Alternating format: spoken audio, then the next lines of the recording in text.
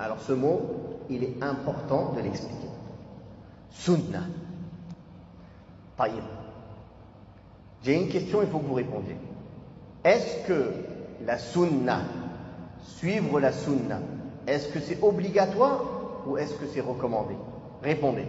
Après, j'explique, Inch'Allah. Comment? Ça dépend. Non, il y a une réponse claire à ça. Suivre la sunna, c'est obligatoire ou recommandé? Comment? Obligatoire. Taïb, là, ici, on dit c'est sunna. Cet acte est sunna, c'est-à-dire dans le sens recommandé. Comment? Il y a un problème là, non? Souvent, les gens ont dit non, cet acte, il est sunna. Quelqu'un vient demander est-ce qu'il m'est obligatoire de faire cet acte? Non, c'est sunna. Vous n'entendez pas ça? Vous avez déjà entendu? Alors, comment? La sunna, elle n'est pas obligatoire? Ou elle est obligatoire? La sunna, elle a plusieurs sens. Il y a un sens général, la voie du prophète sallallahu alayhi wa sallam. Quand les savants de la croyance du dogme parlent de la sunna, ils parlent de sa voie, de son suivi. Ça, c'est obligatoire. Suivre le prophète sallallahu alayhi wa sallam, suivre sa voie dans la croyance, dans la pratique, c'est obligatoire pour tout musulman.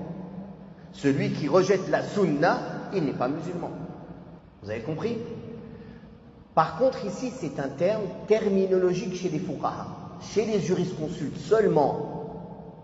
Dans le sens, c'est un muradif, comment on dit muradif en français? Un synonyme de mustahab, de recommandé.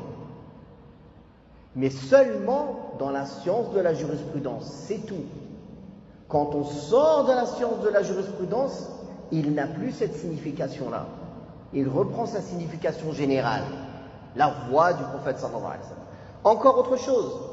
Par exemple, quand on entend le livre de l'imam Ahmed, Sharh al-Sunnah, Usul al-Sunnah, Sharh al-Sunnah de l'imam Bahbahari, c'est quel sens ici? C'est la voie, c'est la croyance. Donc ici, c'est pas le même sens que dans la jurisprudence, c'est-à-dire dans le sens recommandé. Comprenez bien ça, car les ennemis de la sunna utilisent ou les ignorants utilisent ce flou pour faire croire qu'il n'est pas obligatoire de suivre la sunna ou de s'attacher au hadith. Mais on se suffit de s'attacher au Coran, par exemple. Vous avez compris? Ça, c'est à cause du fait qu'ils ne comprennent pas les termes utilisés par les savants dans leur science précise, dans leur domaine. Ce terme sunna, qui veut dire recommander, n'est que dans le domaine de la jurisprudence. Quand on sort de ce domaine, il n'a plus ce sens-là. Il a le sens général, la voie du prophète sallallahu alayhi wa sallam. Et encore dans d'autres sciences, la science du hadith, il a encore une autre définition. Donc selon la science dans laquelle on parle, la sunna a une définition différente. Vous avez compris? C'est très important à comprendre ça.